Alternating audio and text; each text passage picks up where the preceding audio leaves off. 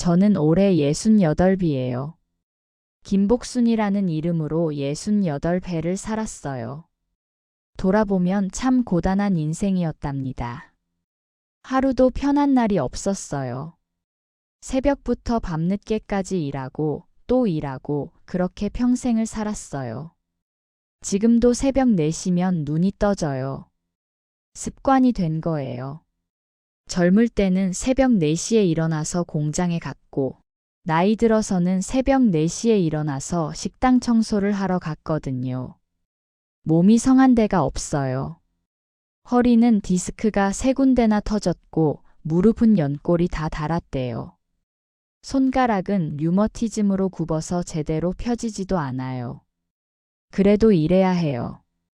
아들이 사업하다가 망해서 빚이 3억이나 있거든요.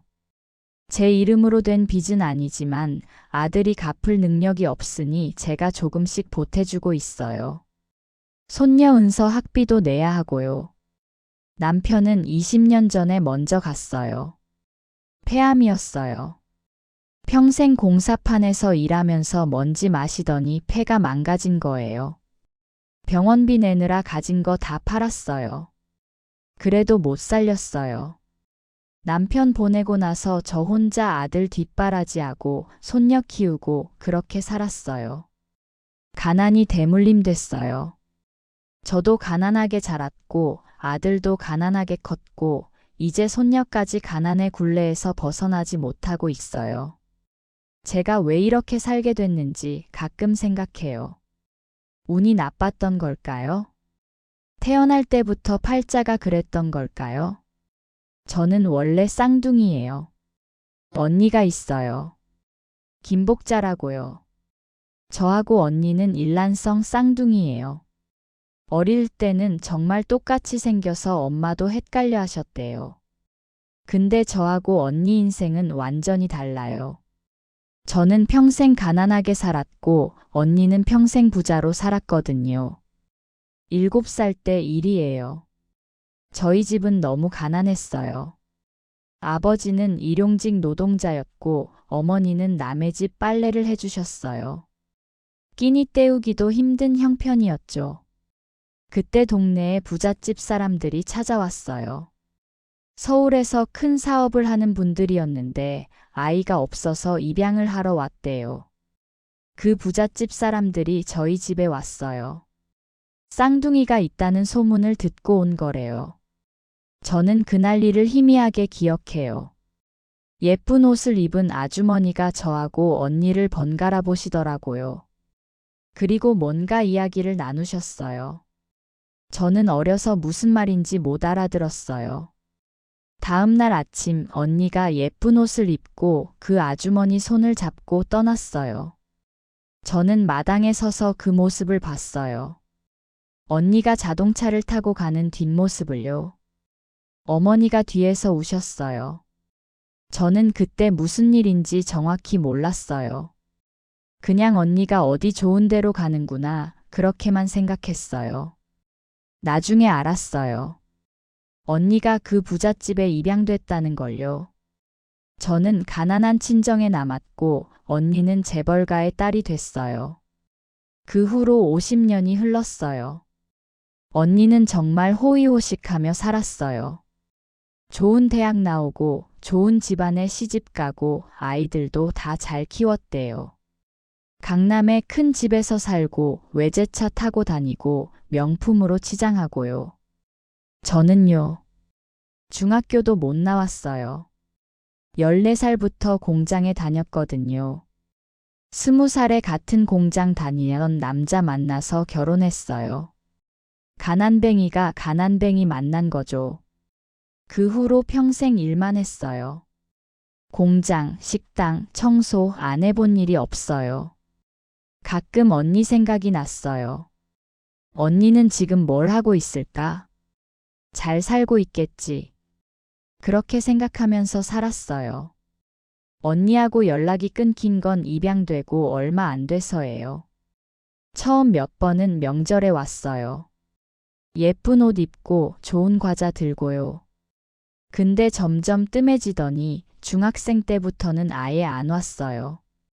어머니가 가끔 언니 얘기를 하셨어요. 복자는 잘 사는가 보다 연락도 없는 걸 보니. 그 말씀에 서운함이 묻어 있었어요. 저도 서운했어요. 쌍둥이인데? 한 뱃속에서 함께 컸는데? 왜 연락도 안 하는지.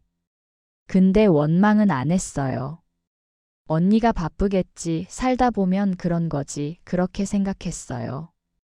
50년 동안 그렇게 생각하며 살았어요. 어머니가 돌아가신 건 3년 전이에요. 84세 가셨어요. 노환으로요. 장례식장에 언니한테 연락했어요. 어렵게 연락처를 알아내서 전화했더니 언니가 받더라고요. 저는 어머니 돌아가셨다고 말씀드렸어요. 언니가 잠깐 침묵하더니 알겠다고만 하더라고요. 장례식장에 언니가 왔어요. 50년 만에 보는 언니였어요. 저는 깜짝 놀랐어요. 똑같이 늙었더라고요. 얼굴이 저하고 똑같았어요. 주름도 비슷하고 눈매도 비슷하고. 일란성 쌍둥이니까 당연한 건데 신기했어요. 근데 다른 게 있었어요. 언니는 명품 가방을 들고 비싼 옷을 입고 다이아몬드 귀걸이를 하고 있었어요. 저는 장례식장에서 빌린 검은 옷을 입고 있었고요. 50년의 격차가 한눈에 보였어요. 언니가 저를 보더니 위아래로 훑어봤어요. 그 눈빛이 불쾌했어요. 무시하는 눈빛이었거든요. 언니가 입을 열었어요. 오랜만이라고요. 그리고 제 모습을 보면서 아직도 그렇게 사느냐고 묻더라고요. 저는 그 말에 가슴이 뜨끔했어요. 그렇게 살면 어떻게 사는 건데요? 저는 대답 안 하고 그냥 웃었어요. 그래, 뭐, 그렇게 산다고요. 언니가 코웃음을 치더라고요. 불쌍해서 어떻게 하면서요. 저는 참았어요. 어머니 장례식장인데? 여기서 싸울 순 없잖아요. 장례식이 끝나고 언니가 가버렸어요. 조문객도 다 떠나고 저 혼자 남았어요. 어머니 영정사진 앞에 앉아서 한참을 울었어요. 어머니, 왜 저만 가난하게 사는 건지, 왜 저는 이렇게 힘든 건지, 저도 언니처럼 입양됐으면 이렇게 안 살았을 텐데. 그때는 그냥 그렇게 생각했어요. 운명인 줄 알았어요. 그냥 제 팔자가 그런 줄 알았어요. 그런데요. 3년이 지난 지금 갑자기 언니한테서 연락이 왔어요. 어머니 제삿날이 다가오니까 같이 제사 지내자고요. 저는 의아했어요. 3년 전 장례식 때 그렇게 무시하더니 왜 갑자기 제사를 같이 지내자는 건지. 근데 거절할 이유도 없었어요. 어차피 제사는 지내야 하니까요. 저는 알겠다고 했어요. 친정집에서 보자고요. 친정집은 시골에 있어요. 어머니 돌아가신 후로 빈집이에요. 저도 가끔 가서 환기시키고 그래요. 제삿날 저는 버스를 타고 친정에 내려갔어요. 명절 버스표는 비싸서 완행버스를 탔어요. 4시간이 걸렸어요. 허리가 아파서 죽는 줄 알았어요. 그래도 갔어요. 어머니 제사니까요.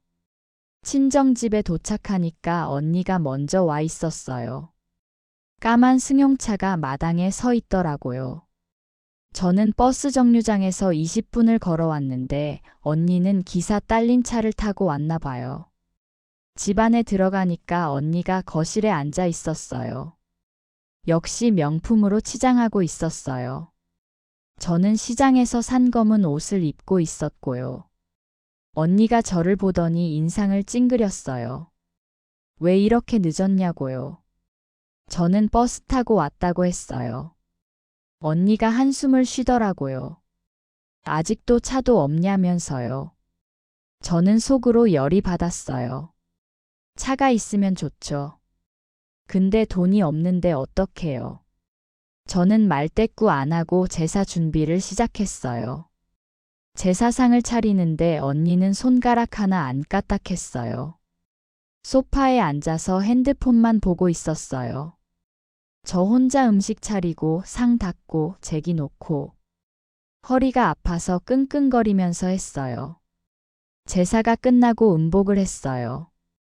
언니가 술을 한 잔 마시더니 저를 보면서 말했어요. 복순아, 너 아직도 그렇게 사니? 그러면서 혀를 차더라고요. 저는 그 말이 거슬렸어요. 그렇게 살면 어떻게 사는 건데요? 제가 원해서 가난하게 사는 줄 알아요? 저는 참다 못해 말했어요. 언니는 좋겠다고요. 어릴 때 부잣집에 가서 평생 호의호식했으니까요. 언니가 비웃었어요. 부러우면 너도 그렇게 살지 그랬어 라고 하더라고요. 저는 열이 받았어요. 제가 선택할 수 있었던 것처럼 말하잖아요. 저는 말했어요. 그때 왜 언니가 갔어요? 원래는 누가 가기로 한 거였어요? 언니 표정이 순간 굳었어요. 그러다가 다시 웃으면서 말했어요. 운이 좋았지 라고요. 내가 더 예뻤으니까 라고요. 저는 어이가 없었어요. 똑같이 생긴 쌍둥이인데 누가 더 예뻐요. 근데 언니는 계속 비웃었어요. 넌 원래 그런 팔자야 라면서요.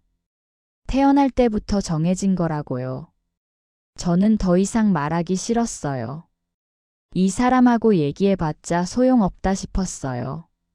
제사 정리를 하는데 언니가 먼저 가겠다고 했어요.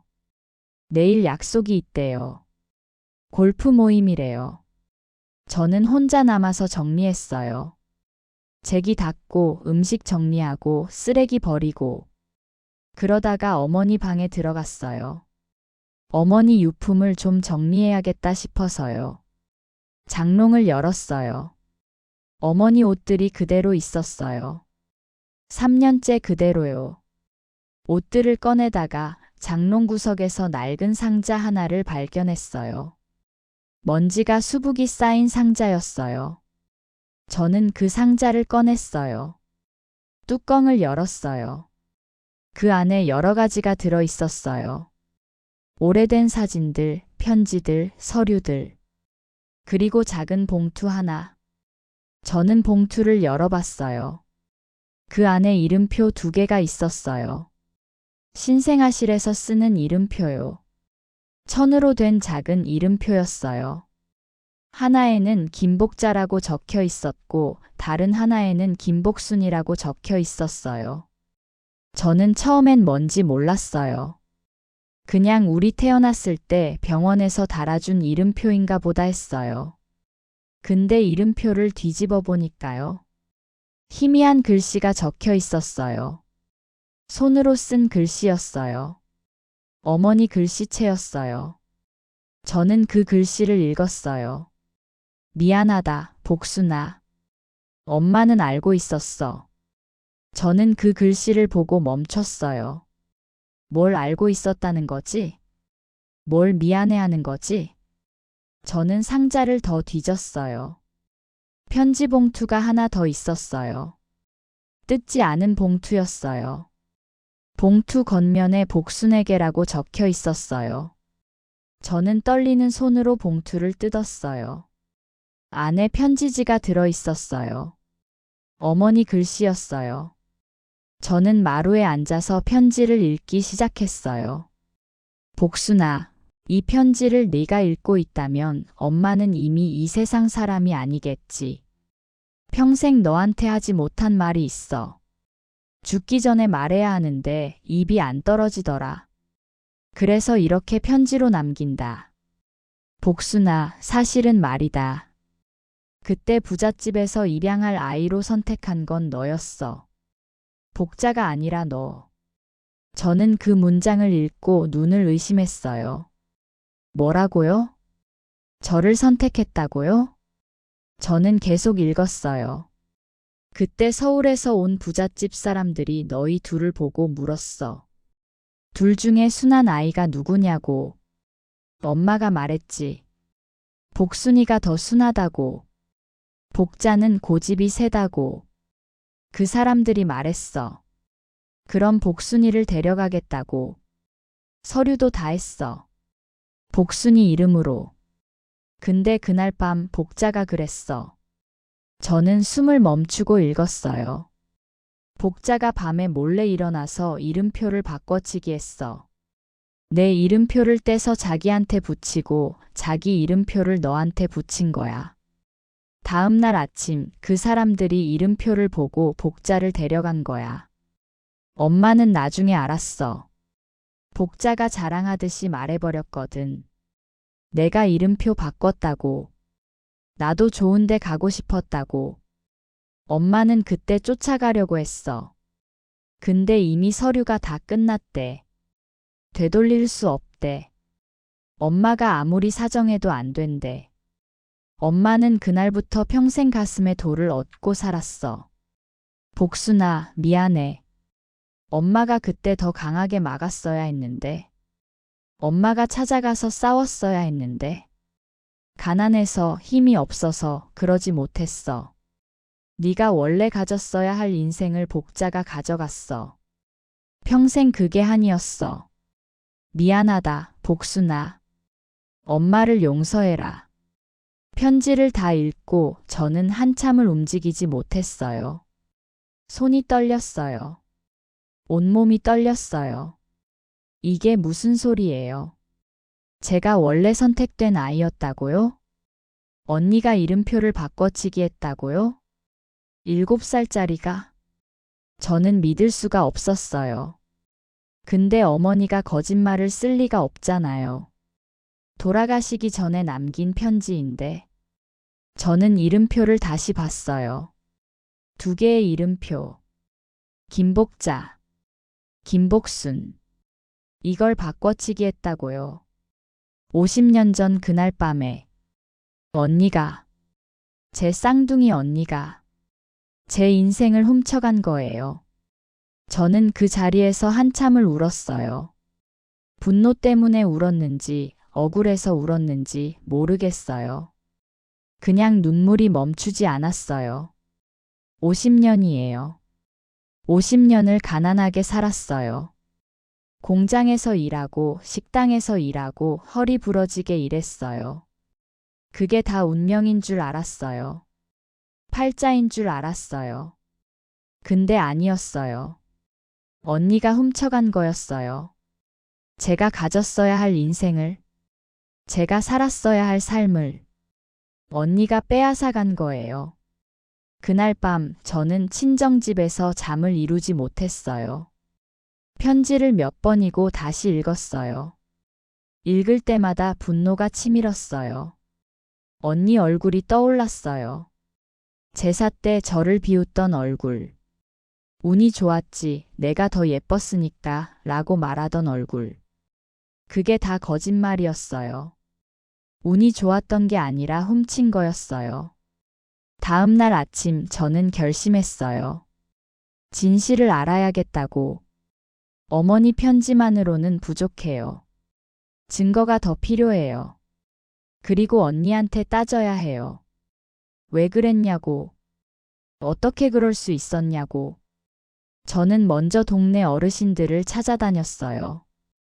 50년 전 일을 기억하는 분이 계실지도 모르니까요.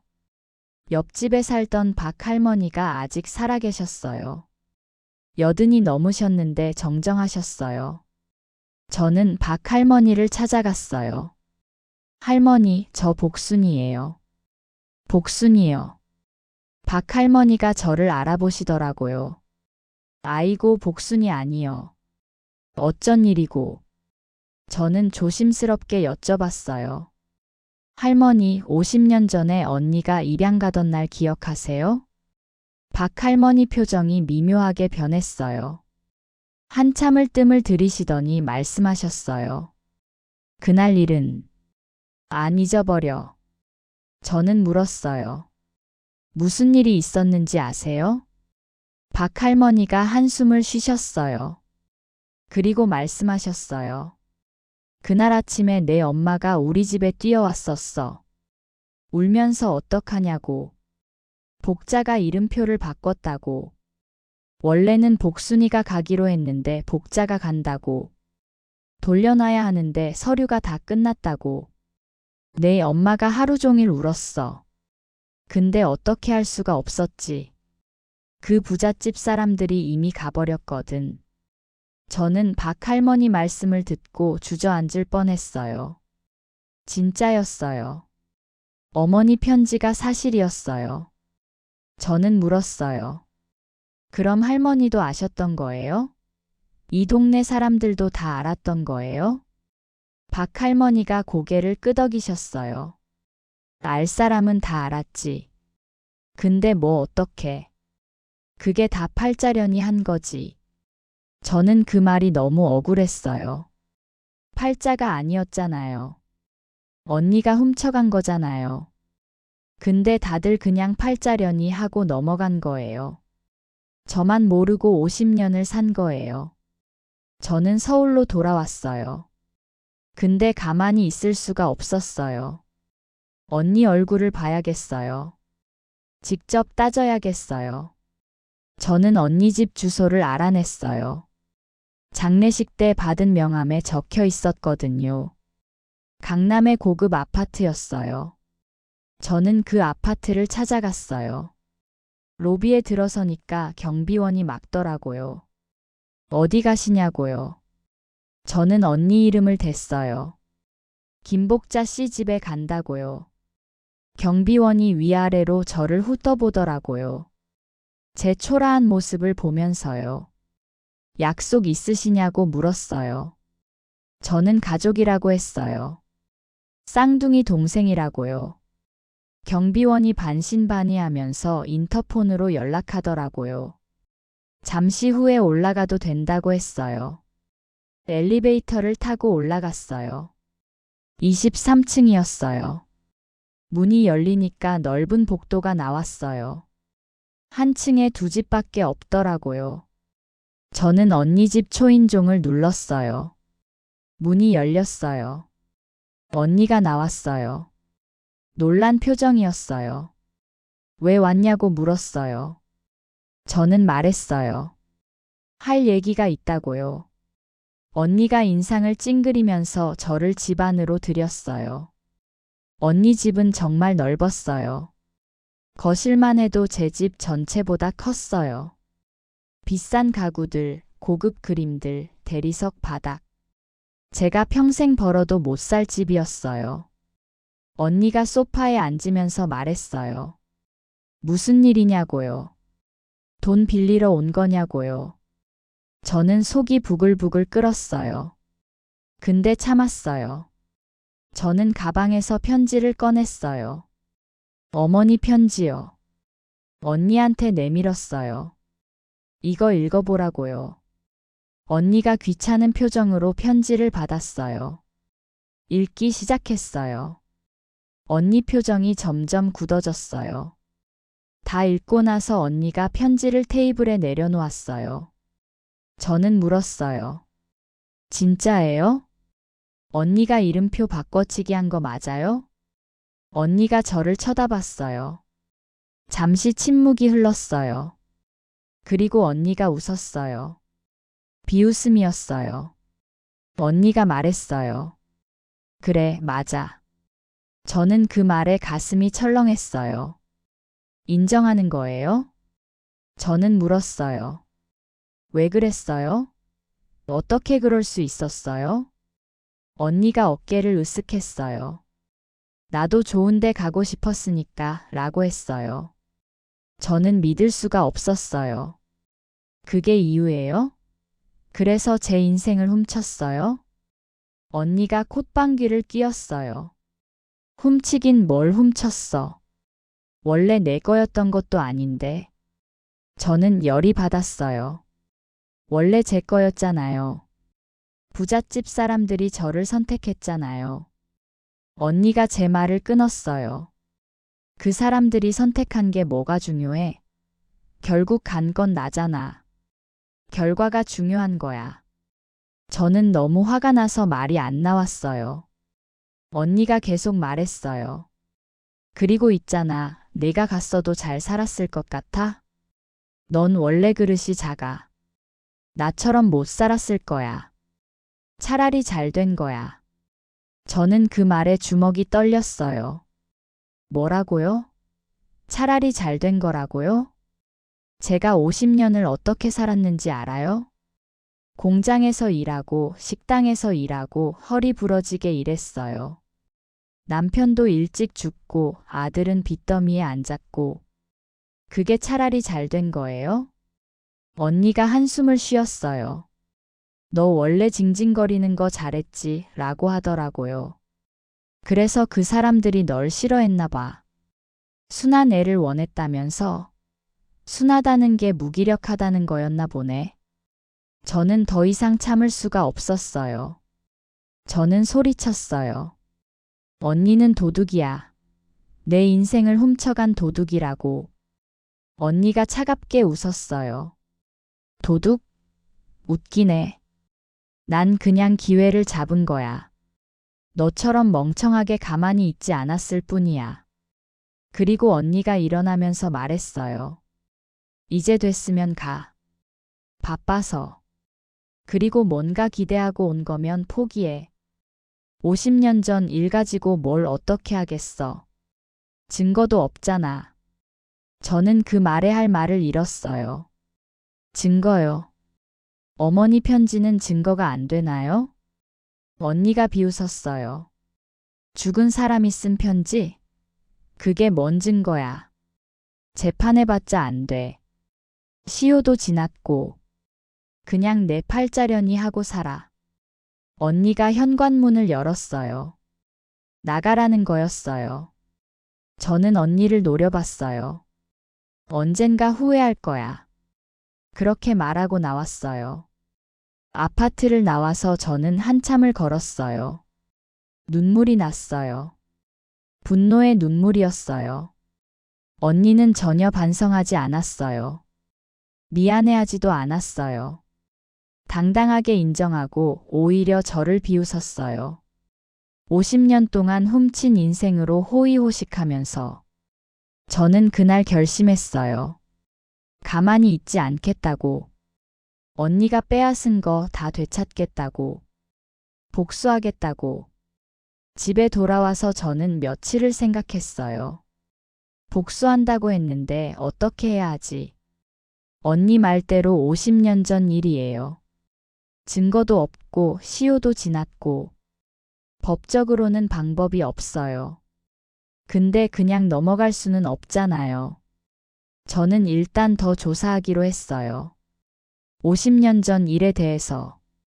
언니가 그 후로 어떻게 살았는지. 혹시 언니한테 약점이 있는지. 저는 먼저 언니가 입양된 집에 대해 알아봤어요. 그 부잣집 말이에요. 50년 전이니까 인터넷에는 정보가 별로 없었어요. 근데 도서관에서 옛날 신문을 뒤지다가 찾았어요. 태성그룹 회장 이동호 씨 별세라는 기사요. 이동호 씨가 언니를 입양한 양아버지였어요. 기사를 읽어보니까 태성그룹은 70년대에 큰 건설 회사였대요.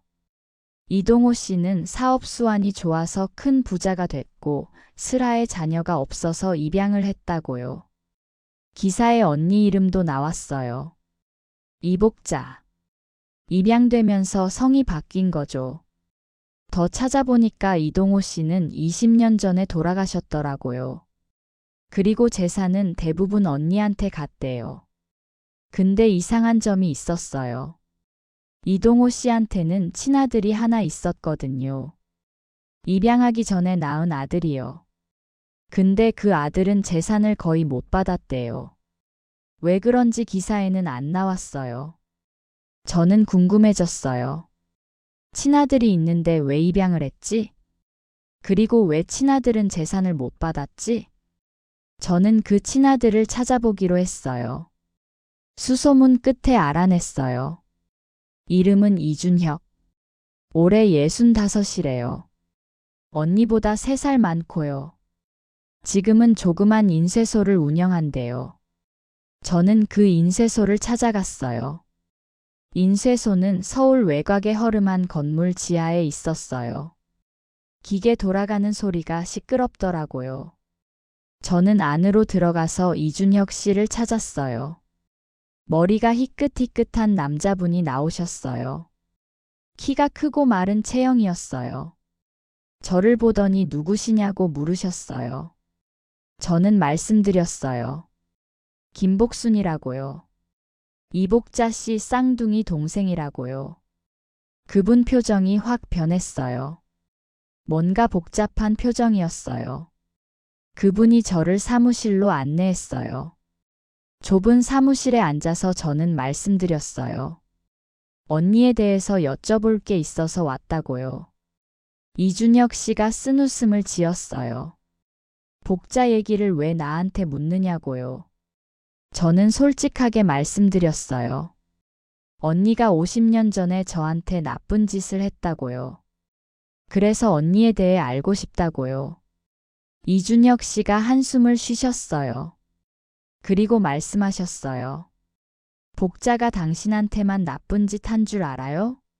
나한테도 그랬어요. 저는 귀가 번쩍했어요.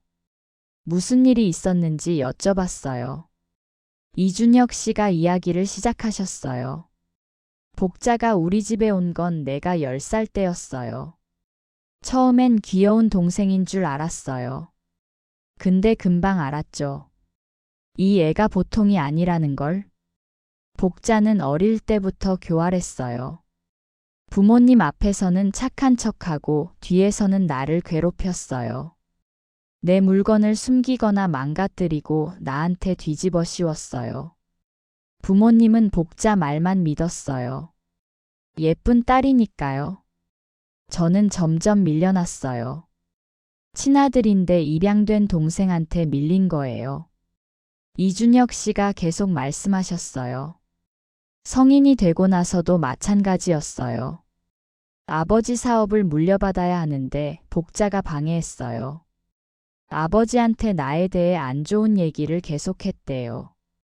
결국 아버지는 나한테 사업을 안 물려줬어요. 복자한테 다 줬어요. 나는 약간의 위로금만 받고 쫓겨났어요. 친아들인데요. 저는 그 이야기를 듣고 놀랐어요. 언니가 그랬군요. 이준혁 씨가 고개를 끄덕이셨어요. 복자는 원하는 걸 얻기 위해서라면 뭐든 해요. 가족도 밟고 지나가요. 당신한테도 그랬겠죠. 저는 제 이야기를 해드렸어요. 이름표 바꿔치기 이야기요. 이준혁 씨가 한숨을 쉬셨어요. 역시 그랬군요. 7살 때부터 그랬던 거네요. 저는 물었어요. 언니한테 약점 같은 거 없을까요? 복수할 방법이요. 이준혁 씨가 생각하시더니 말씀하셨어요. 약점이요? 글쎄요. 복자는 빈틈이 없어요. 근데 하나 있긴 해요. 저는 귀를 기울였어요. 이준혁 씨가 말씀하셨어요. 어머니요. 우리 어머니. 양어머니 말씀이시죠? 네. 어머니가 아직 살아계세요. 저는 놀랐어요. 언니 양어머니가 살아계시다고요? 이준혁 씨가 고개를 끄덕이셨어요. 90둘이세요. 치매가 오셔서 요양원에 계세요. 복자가 요양원에 넣었어요. 근데 거의 안 가봐요. 어머니 재산은 이미 다 빼돌렸으니까요. 저는 그 말에 분노가 치밀었어요. 양어머니 재산을 빼돌리고 요양원에 방치한다고요? 이준혁 씨가 쓸쓸하게 웃으셨어요. 복자는 그런 사람이에요.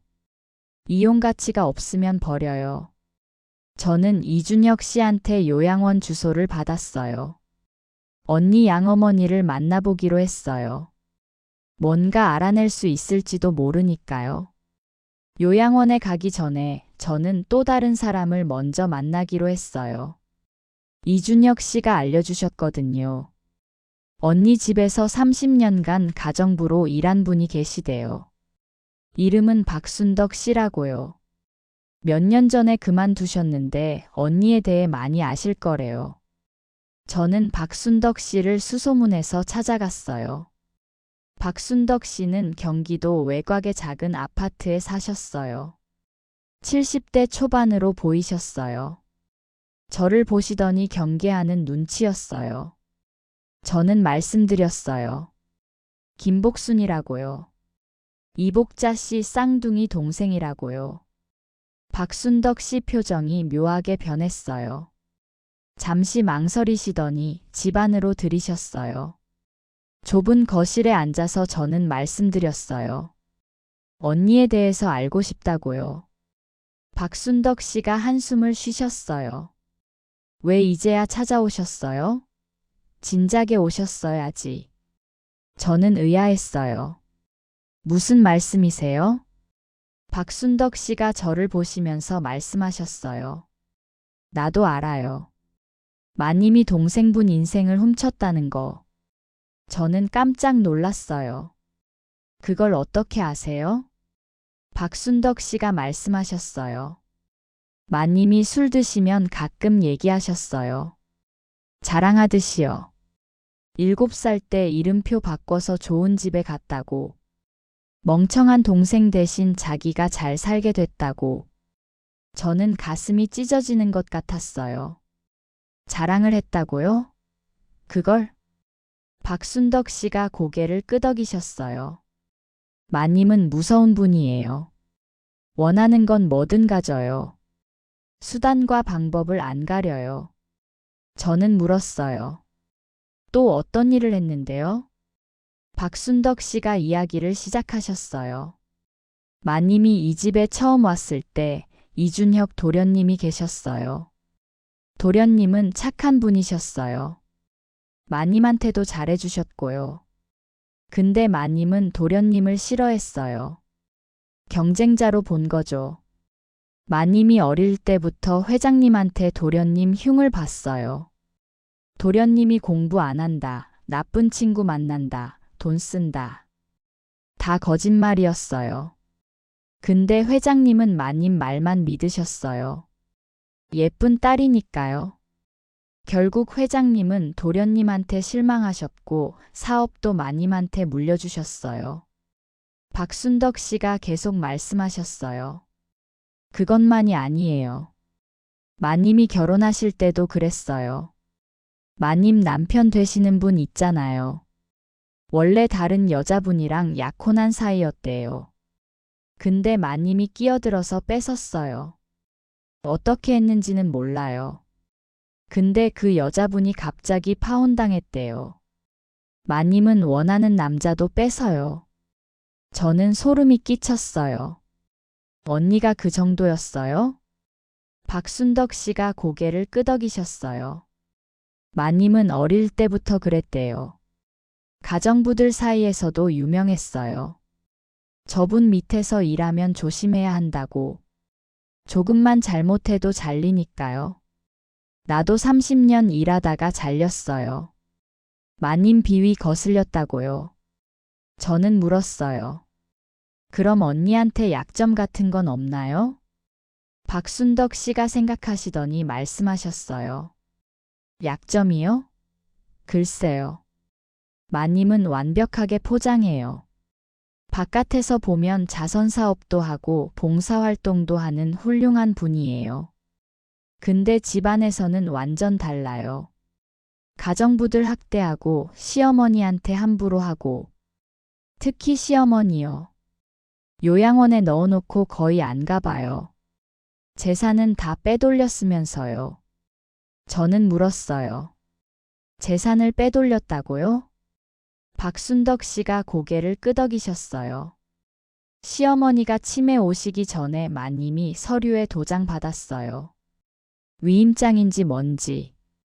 그걸로 재산을 다 자기 이름으로 옮겼대요. 시어머니는 아무것도 모르시고요. 저는 그 이야기를 듣고 분노가 치밀었어요. 치매 걸린 시어머니 재산을 빼돌리다니. 언니는 정말 나쁜 사람이에요. 박순덕 씨가 한 가지 더 말씀하셨어요. 그리고요, 마님이 동생분한테 한 짓이 이름표 바꾸기만이 아니에요. 저는 놀랐어요. 뭐가 더 있어요? 박순덕 씨가 조심스럽게 말씀하셨어요.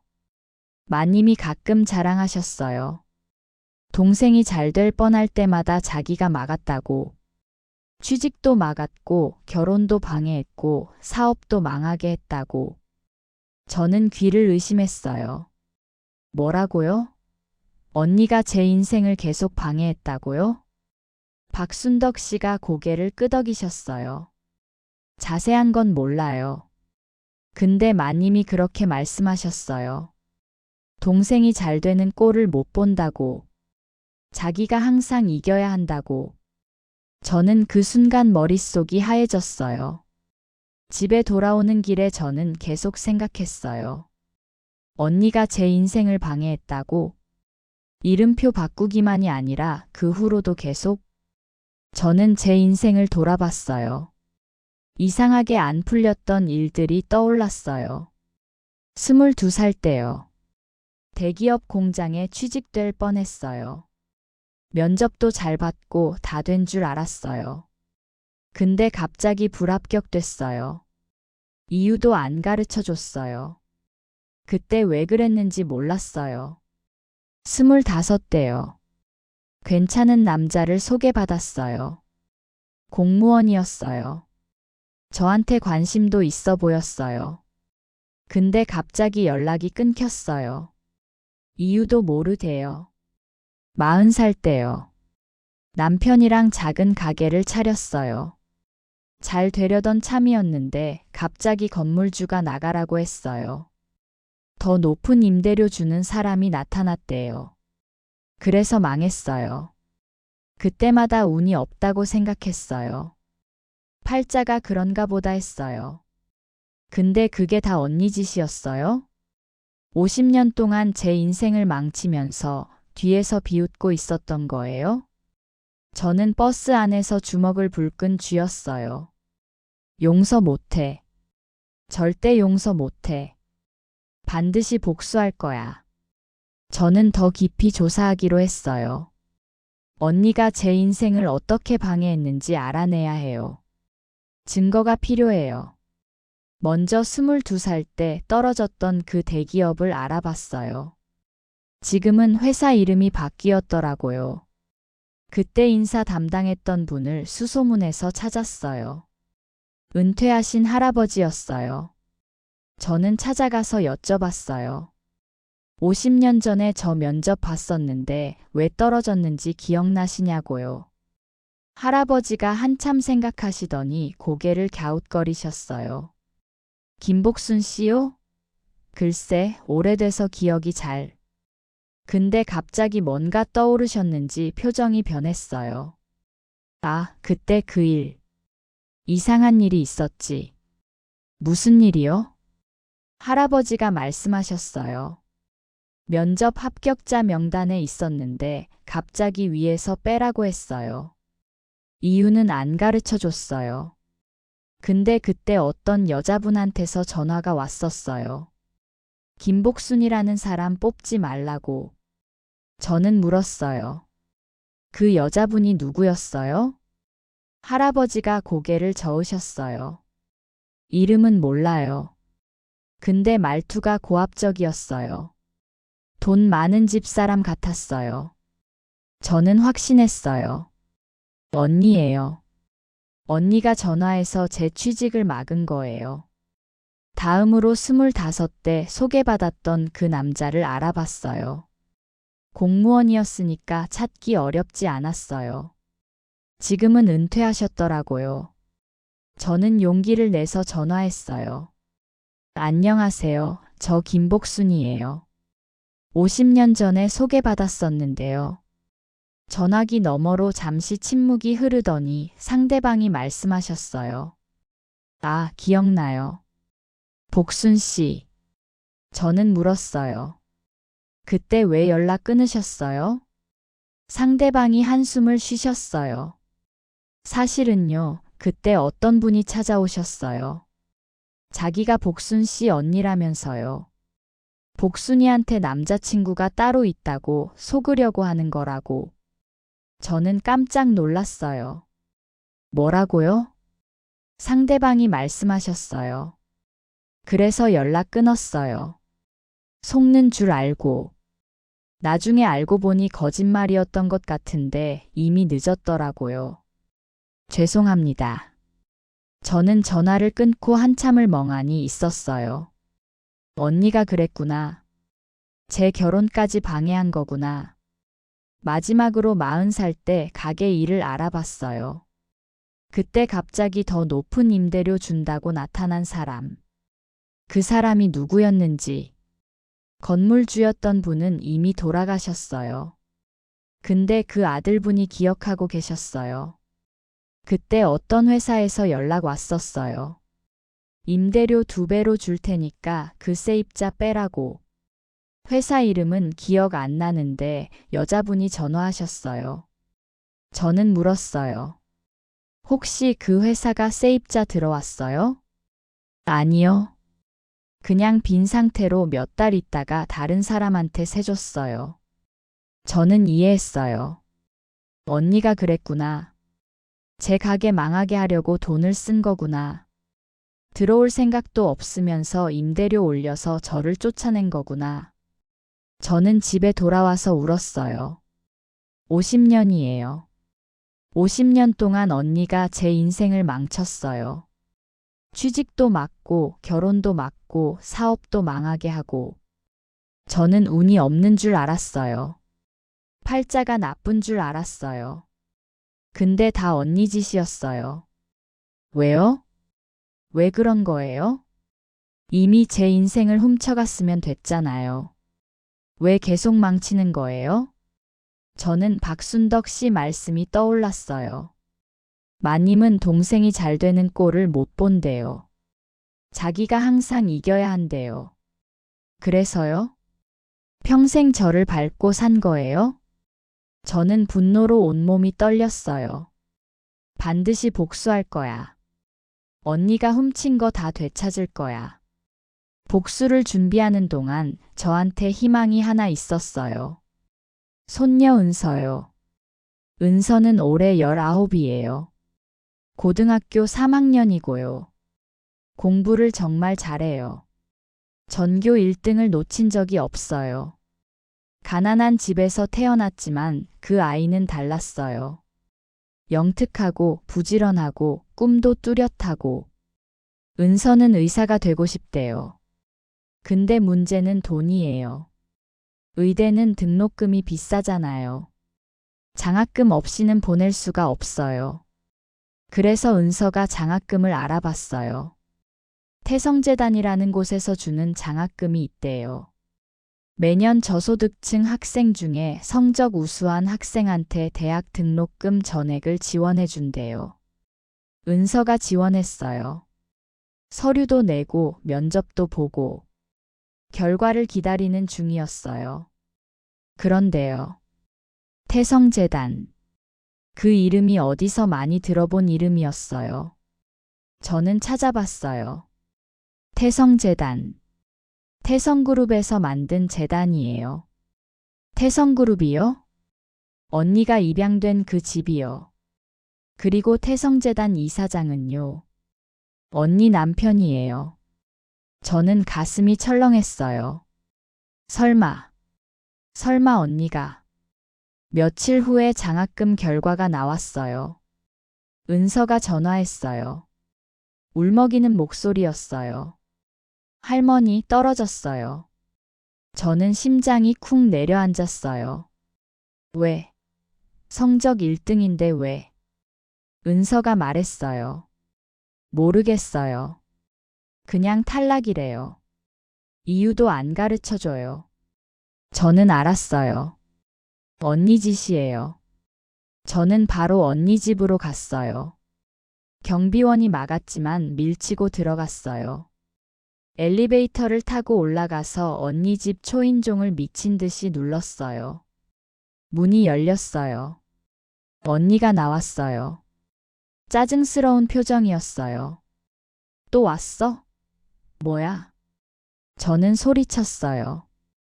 은서 장학금 탈락시킨 거 너지? 너지? 언니 표정이 미묘하게 변했어요. 뭔 소리야? 저는 말했어요. 태성재단이 내 남편 재단이잖아. 장학금 탈락시킨 거 너지. 언니가 한숨을 쉬었어요. 그러더니 인정했어요. 그래, 내가 그랬어. 저는 가슴이 찢어지는 것 같았어요. 왜? 왜 그래? 은서는 아무 죄도 없잖아. 언니가 비웃었어요. 쟤네 집안 사람들은 안 돼. 내 피부치는 내 눈에 거슬려. 저는 무릎을 꿇었어요. 제발, 제발 은서한테는 손대지 마. 나한테 뭘 해도 돼. 근데 은서는 안 돼. 언니가 저를 내려다봤어요. 차가운 눈이었어요. 언니가 말했어요. 무릎 꿇으면 뭐해? 안 돼. 네가 가졌어야 할 인생이라고. 웃기지 마. 난 그냥 가져간 거야. 원래 내 거니까. 그리고 앞으로도 계속 가져갈 거야. 내 손녀까지. 저는 그 말에 눈앞이 빨갛게 변했어요. 저는 벌떡 일어났어요. 언니 얼굴을 노려봤어요. 후회할 거야. 두고 봐. 반드시 후회하게 해줄 거야. 저는 그렇게 말하고 나왔어요. 집에 돌아오는 길에 저는 결심했어요. 이제 진짜 복수할 거야. 가만히 있으면 안 돼. 언니가 가진 모든 걸 무너뜨릴 거야. 저는 그동안 모은 증거들을 정리했어요. 어머니 편지, 박할머니 증언, 이준혁 씨 증언, 박순덕 씨 증언, 그리고 제 인생을 방해한 기록들. 증거가 꽤 모였어요. 근데 이것만으로는 부족해요. 법적으로는 힘들어요. 시효가 지났고 직접적인 증거도 부족하고 저는 다른 방법을 생각했어요. 언니를 무너뜨릴 방법. 그때 이준혁 씨가 연락을 하셨어요. 만나자고요. 중요한 얘기가 있대요. 저는 이준혁 씨를 만났어요. 이준혁 씨가 말씀하셨어요. 어머니 상태가 좀 나아지셨대요. 어머니요? 요양원에 계신 분이요? 네. 치매가 좀 호전됐대요. 가끔 정신이 돌아오신대요. 저는 물었어요. 그래서요? 이준혁 씨가 말씀하셨어요. 어머니가 복자한테 할 말이 있대요. 가족들 앞에서 할 말이 있대요. 복자가 모르게 가족 모임을 준비하고 있어요. 당신도 오세요. 당신 이야기도 해야 하니까. 저는 물었어요. 언니가 올까요? 이준혁 씨가 고개를 끄덕이셨어요. 어머니가 위독하다고 하면 와야죠. 재산 문제 때문에라도. 저는 알겠다고 했어요. 그 자리에서 모든 걸 폭로할 거예요. 일주일 후 이준혁 씨가 준비한 자리가 열렸어요. 장소는 호텔 연회장이었어요. 어머니 구순잔치라는 명목이었어요. 언니 남편, 언니 자녀들, 사위들, 며느리들, 손주들. 언니 가족이 다 모였어요. 언니의 사회적 인맥들도 왔어요. 사업 파트너들, 재단 관계자들. 저도 갔어요. 허름한 옷을 입고 장소에 들어서니까 언니가 저를 보고 인상을 찡그렸어요. 왜 왔냐고요? 저는 대답 안 하고 자리에 앉았어요. 잔치가 진행됐어요. 어머니가 휠체어에 앉아 나오셨어요. 흰 머리에 주름진 얼굴. 근데 눈빛은 또렷했어요. 정신이 돌아오신 거예요. 사회자가 어머니께 마이크를 드렸어요. 어머니가 말씀하셨어요. 오늘 내가 할 말이 있어서 다 불렀어. 내가 죽기 전에 해야 할 말이야. 연회장이 조용해졌어요. 어머니가 말씀하셨어요. 복자야. 언니가 대답했어요. 네, 어머니. 어머니가 말씀하셨어요. 나한테 할 말 없어? 언니가 당황한 표정을 지었어요. 무슨 말씀이세요? 어머니가 말씀하셨어요. 내 재산. 치매 오기 전에 네가 다 가져갔지? 연회장이 술렁였어요. 언니 얼굴이 굳어졌어요. 어머니, 그게 무슨... 어머니가 말씀을 끊으셨어요. 다 알아. 치매라고 다 잊어버린 줄 알았지? 아니야. 네가 서류에 도장 받을 때 내가 정신이 없었던 건 사실이야. 근데 나중에 기억났어. 네가 내 재산을 다 빼돌렸다는 거. 언니 얼굴이 빨개졌어요. 여기저기서 웅성거리는 소리가 들렸어요. 그때 저는 자리에서 일어났어요. 저도 할 말이 있어요. 모두가 저를 봤어요. 언니가 저를 노려봤어요. 저는 당당하게 말했어요. 저는 김복순이에요. 이복자 씨 쌍둥이 동생이에요. 50년 전에 원래 이 집에 입양될 사람은 저였어요. 연회장이 조용해졌어요. 저는 계속 말했어요. 근데 언니가 이름표를 바꿔치기 했어요. 저 대신 자기가 가려고. 7살 때요. 웅성거리는 소리가 커졌어요. 언니가 소리쳤어요. 거짓말이야. 증거 있어? 저는 가방에서 편지를 꺼냈어요. 어머니 편지요. 친정어머니가 남긴 편지예요. 여기 다 적혀 있어요. 복자가 이름표를 바꿨다고. 저는 편지를 읽었어요. 모두가 들을 수 있게 또박또박 읽었어요. 복순아, 사실은 말이다. 그때 부잣집에서 입양할 아이로 선택한 건 너였어. 복자가 아니라 너. 복자가 밤에 몰래 일어나서 이름표를 바꿔치기 했어. 내 이름표를 떼서 자기한테 붙이고 자기 이름표를 너한테 붙인 거야. 연회장이 술렁였어요. 언니 자녀들이 언니를 봤어요. 언니 남편도 언니를 봤어요. 언니 얼굴이 창백해졌어요. 거짓말이라고 소리쳤어요. 꾸며낸 거라고요. 저는 말했어요. 그것만이 아니에요. 언니는 50년 동안 제 인생을 방해했어요. 제가 취직하려고 하면 막았어요. 제가 결혼하려고 하면 막았어요. 제가 사업하려고 하면 망하게 했어요. 언니 집에서 30년 일한 가정부분이 증언해 줄 수 있어요.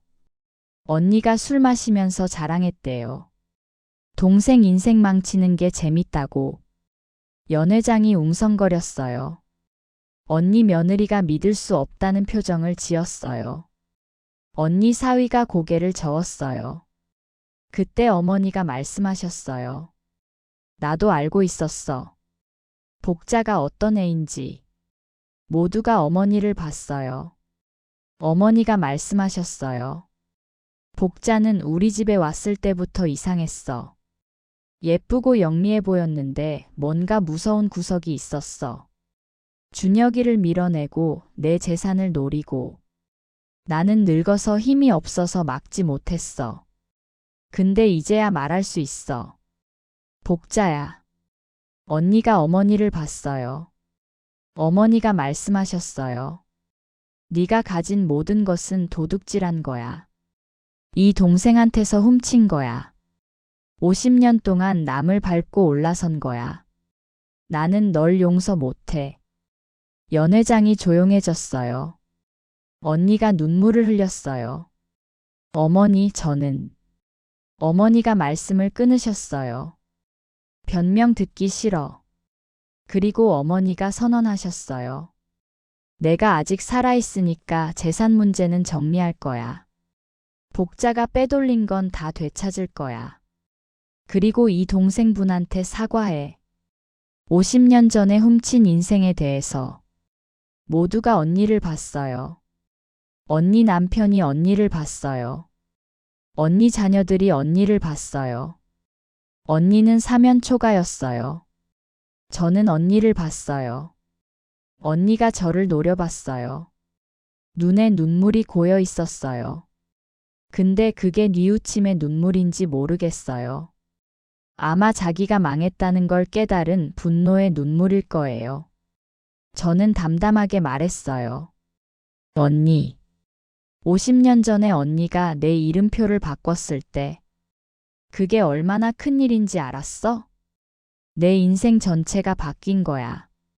언니는 호의호식하며 살았고 나는 평생 가난하게 살았어. 근데 그것만으로 안 됐어? 왜 계속 내 인생을 망친 거야? 취직도 막고 결혼도 막고 사업도 망하게 하고 내가 뭘 그렇게 잘못했어? 쌍둥이로 태어난 게 죄야. 언니보다 순하게 태어난 게 죄야. 언니가 입을 열었어요. 너는. 저는 말을 끊었어요. 됐어. 변명 듣기 싫어. 50년 동안 변명할 기회 많았잖아. 연락 한 번 안 했잖아. 이제 와서 뭔 변명이야. 저는 돌아섰어요. 이제 갈게. 연회장을 나오면서 저는 뒤를 돌아봤어요. 언니가 주저앉아 울고 있었어요. 언니 남편이 씁쓸한 표정으로 서 있었어요. 언니 자녀들이 어쩔 줄 몰라 하고 있었어요. 저는 그 모습을 보면서 생각했어요. 복수했다. 50년 만에 복수했다. 근데 왜 이렇게 허전하지? 그 후로 몇 달이 지났어요. 언니는 많은 것을 잃었어요. 어머니가 변호사를 통해 재산 문제를 정리하셨거든요. 언니가 빼돌린 재산은 대부분 환수됐어요. 어머니 명의로 돌아왔어요. 그리고 어머니가 저를 불렀어요. 요양원에 찾아갔어요.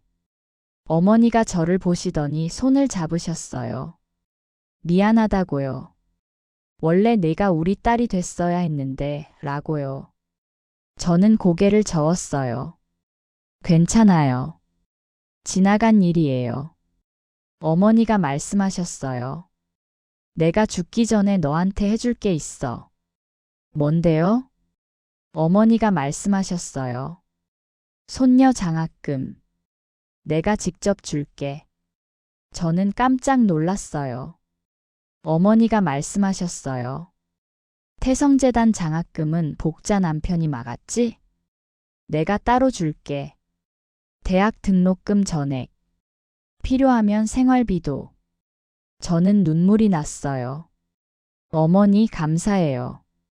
근데 너무 많은 거 아니에요? 어머니가 고개를 저으셨어요. 아니야. 이건 빚 갚는 거야. 50년 전에 내가 너한테 진 빚. 저는 어머니 손을 꼭 잡았어요. 고맙습니다. 정말 고맙습니다. 집에 돌아와서 은서한테 말해줬어요. 장학금 생겼다고. 대학 걱정 안 해도 된다고. 은서가 눈을 동그랗게 뜨더니 저를 안았어요. 할머니 진짜예요? 저는 웃으면서 고개를 끄덕였어요. 진짜야. 이제 공부만 열심히 해. 은서가 울면서 웃었어요. 할머니 고마워요. 정말 고마워요. 저는 은서를 안으면서 생각했어요. 이게 다 어머니 덕분이야. 아니, 내가 싸워서 얻어낸 거야. 50년 만에 되찾은 거야. 며칠 후 이준혁 씨가 연락을 하셨어요. 언니 소식을 알려주시더라고요. 언니는 이혼 위기래요. 남편이 이혼을 요구했대요. 자녀들도 언니한테 실망해서 멀리하고 있대요. 사회적으로도 평판이 나빠졌대요. 자선사업가라는 가면이 벗겨졌거든요. 저는 그 소식을 들으면서 복잡한 기분이 들었어요. 통쾌하기도 하고 씁쓸하기도 하고. 이준혁 씨가 물으셨어요. 기분이 어때요? 저는 솔직하게 말했어요. 잘 모르겠어요. 복수는 했는데 50년은 못 되돌리잖아요. 제가 고생한 시간, 놓친 기회들, 그건 되돌릴 수 없잖아요. 이준혁 씨가 고개를 끄덕이셨어요. 그렇죠. 시간은 못 되돌려요. 근데 앞으로는 달라질 수 있어요. 손녀분도 잘 되실 거고 복순 씨 남은 인생도 달라질 거예요. 저는 그 말에 조금 위로가 됐어요. 어느 날 언니한테서 연락이 왔어요. 저는 안 받으려다가 결국 받았어요. 언니 목소리가 들렸어요. 예전에 거만한 목소리가 아니었어요. 지쳐있는 목소리였어요. 언니가 말했어요. 복순아. 저는 대답 안 하고 기다렸어요. 언니가 말했어요. 미안해. 저는 웃음이 나왔어요. 지금 와서요? 언니가 말했어요. 알아. 너무 늦은 거. 근데 말하고 싶었어. 50년 전에 내가 왜 그랬는지. 저는 물었어요. 왜 그랬는데요? 언니가 잠시 침묵하더니 말했어요. 무서웠어. 저는 의아했어요. 뭐가요? 언니가 말했어요. 가난이 무서웠어. 우리 집 너무 가난했잖아. 밥도 제대로 못 먹고 옷도 형편없고 그 생활이 너무 싫었어. 그래서 그 부잣집 사람들이 왔을 때 나도 가고 싶었어. 근데 그 사람들이 널 선택했어. 나는 안 데려간대. 그래서 그랬어. 저는 한참을 아무 말도 안 했어요. 언니가 계속 말했어요. 어릴 때는 그게 뭔지 몰랐어. 그냥 살고 싶었어. 근데 크면서 깨달았어. 내가 한 짓이 얼마나 나쁜 건지. 근데 이미 늦었어. 돌이킬 수 없었어. 그래서 더 못되게 굴었어. 네가 잘 되면 내 죄가 더 커지는 것 같아서. 네가 못 살아야 내가 죄책감을 안 느끼니까. 저는 어이가 없었어요. 그래서 계속 내 인생을 망친 거예요? 언니가 말했어요. 알아. 변명 안 돼. 그냥 미안하다고 말하고 싶었어. 용서해달라는 거 아니야. 그냥 미안하다고. 저는 한참을 생각했어요. 그리고 말했어요. 언니. 50년 동안 언니 때문에 힘들었어. 가난하게 살고 기회 놓치고 남편 일찍 보내고 다 언니 때문이라고 생각하면 미칠 것 같아. 근데요. 저도 생각해 봤어요. 언니를 평생 미워하면서 살면 그게 행복한 건지. 복수는 했어. 언니가 가진 거 다 무너뜨렸어. 근데 그래도 50년은 안 돌아와. 그럼 앞으로 어떻게 살아야 해? 계속 언니 미워하면서. 그건 싫어. 나 이제 내 인생 살 거야. 언니 생각 안 하고. 그러니까 연락하지 마. 용서는 못해. 근데 미워하면서 살기도 싫어. 그냥 남처럼 살게. 없는 사람처럼. 저는 그렇게 말하고 전화를 끊었어요. 전화를 끊고 나서 저는 한참을 창밖을 봤어요. 50년이에요. 50년을 가난하게 살았어요. 언니 때문에. 근데 이제 남은 인생은 내 거예요. 언니 없이. 가난 없이. 새로 시작할 거예요. 1년이 지났어요. 은서가 의대에 붙었어요. 어머니가 약속대로 장학금을 주셨고 은서는 열심히 공부해서 합격했어요. 합격 통지서 받던 날 은서가 저를 끌어안았어요. 할머니 고마워요. 할머니 덕분이에요. 저는 웃으면서 말했어요. 내 덕분 아니야. 네가 열심히 한 거지. 은서가 고개를 저었어요. 아니에요. 할머니가 싸워줘서 내가 이 기회 얻은 거예요. 할머니 정말 대단해요. 저는 은서를 보면서 생각했어요. 이 아이가 내 희망이야. 내가 못 산 인생, 이 아이가 대신 살아줄 거야. 가난의 굴레에서 벗어나서 당당하게. 어느 날 저는 친정집에 내려갔어요. 어머니 제사 때문에요. 이번엔 언니 없이 저 혼자 지냈어요. 제사상을 차리고 절을 하고 음복을 했어요. 어머니 영정사진을 보면서 저는 말했어요. 엄마, 나 이제 괜찮아. 언니한테 복수했어. 언니가 가져간 거 다 되찾았어. 은서도 대학 갔어. 이제 걱정 마. 제사를 마치고 저는 어머니 방에 들어갔어요. 장롱에서 그 상자를 꺼냈어요. 이름표가 들어있던 상자요. 저는 이름표 2개를 손에 들었어요. 김복자, 김복순. 저는 그 이름표를 한참 들여다봤어요. 50년 전에 이 이름표가 바뀌면서 제 인생이 바뀌었어요. 근데 이제는 달라요. 저는 제 이름을 되찾았어요. 김복순. 가난하지만 당당한 김복순. 싸워서 이긴 김복순. 저는 이름표를 상자에 도로 넣었어요. 그리고 상자를 덮었어요. 이제 과거는 여기 묻을 거예요. 앞으로는 앞만 볼 거예요. 집으로 돌아오는 버스 안에서 저는 창밖을 봤어요. 해가 지고 있었어요. 노을이 예뻤어요.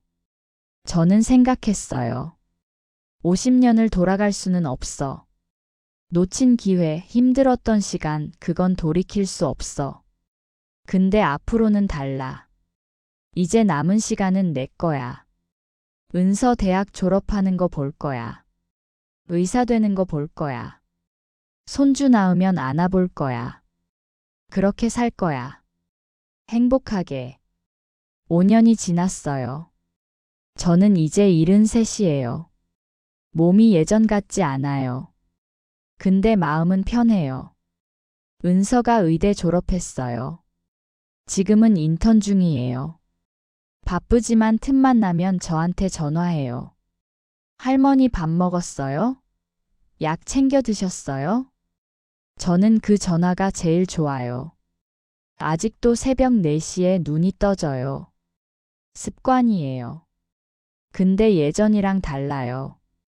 예전에는 새벽 4시에 일어나서 일하러 갔어요. 공장에, 식당에 청소하러. 지금은요. 새벽 4시에 일어나서 차를 마셔요. 창밖으로 동이 트는 거 봐요. 그게 좋아요. 어머니는 2년 전에 돌아가셨어요. 94세예요. 장례식에 이준혁 씨가 왔어요. 언니는 안 왔어요. 안 부르기도 했고 올 수도 없었을 거예요. 언니는 이혼하고 혼자 산대요. 재산도 많이 잃고 건강도 안 좋대요. 자녀들하고도 사이가 안 좋대요. 저는 그 소식을 들어도 별 감흥이 없어요. 안타깝지도 통쾌하지도 않아요. 그냥 남 얘기 같아요. 언니를 없는 사람처럼 생각하니까요. 가끔 손녀 은서가 묻어요. 할머니 후회하는 거 없어요? 저는 잠시 생각하다가 대답해요. 없어. 은서가 고개를 갸웃거려요. 진짜요? 하나도요? 저는 웃으면서 말해요. 진짜야. 내 인생 힘들었어. 그건 사실이야. 근데 그 인생이 너를 만들었잖아. 네가 내 인생 최고의 보물이야. 그러니까 후회 없어. 은서가 저를 안아요. 저도 은서를 안아요. 50년 전에 언니가 내 이름표를 바꿨어요. 그래서 제 인생이 바뀌었어요. 가난하게 살았어요. 힘들게 살았어요. 근데요. 지금 생각해보면요. 그 가난한 인생에서 제가 얻은 게 있어요. 남편이요. 비록 일찍 갔지만 사랑했어요. 아들이요. 사업 실패해서 힘들지만 그래도 내 아들이에요. 은서요. 내 삶의 이유예요. 그리고요. 강인함이요. 저는 강해졌어요. 50년 동안 싸우면서 강해졌어요. 그래서 언니한테 복수할 수 있었어요. 내 이름을 되찾을 수 있었어요. 만약 부잣집에서 호의호식하며 자랐다면 저는 이렇게 강해지지 못했을 거예요. 언니처럼 됐을지도 몰라요. 남을 밟고 빼앗고 나쁜 사람이 됐을지도요. 그러니까요. 인생은 복잡해요. 뭐가 좋은 건지 뭐가 나쁜 건지 그때는 몰라요. 한참 후에야 알게 돼요. 저는 지금 이 자리에 만족해요. 가난하지만 행복해요. 건강이 안 좋지만 마음은 편해요. 그게 중요한 거예요. 오늘도 새벽 4시에 눈이 떠졌어요. 저는 부엌에 가서 차를 끓였어요. 따뜻한 보리차요. 창가에 앉아서 마셨어요. 하늘이 점점 밝아졌어요. 동이 텄어요. 새 하루가 시작됐어요. 저는 웃으면서 생각했어요. 오늘 하루도 열심히 살아야지. 감사하게 살아야지. 언니가 훔친 내 인생. 50년을 되찾을 수는 없었어요. 근데 앞으로의 시간은 제 거예요. 저는 그 시간을 아끼며 살 거예요. 행복하게 살 거예요. 그게 언니한테 하는 진짜 복수예요. 언니 없이도 행복하게 사는 거. 그게 진짜 이기는 거예요. 저는 창밖을 보면서 중얼거렸어요. 엄마, 아버지. 잘 살고 있어요. 걱정 마세요.